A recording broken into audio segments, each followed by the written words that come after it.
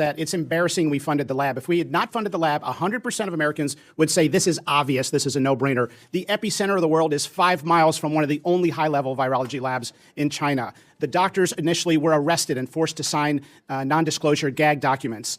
The lab reports have been destroyed. They've not been turned over. The sequences reported from the lab to the NIH database were deleted by a request from Chinese scientists that called over early on and said, delete those sequences we put in the database. And 2 leading virologists, maybe the 2 top virologists in the United States, Dr. Michael Farzan from Scripps and Dr. Robert Gary from Tulane, told Dr. Fauci on his emergency call in January of 2020 when he was scrambling soon after learning that the NIH was funding the lab, they both said that it was likely from the lab. Both scientists changed their tunes days later in the media, and then both scientists received $9 million subsequent in funding from the NIH. It's a no-brainer that it came from the lab. I mean, at this point, it's impossible to acquire any more information, and if you did,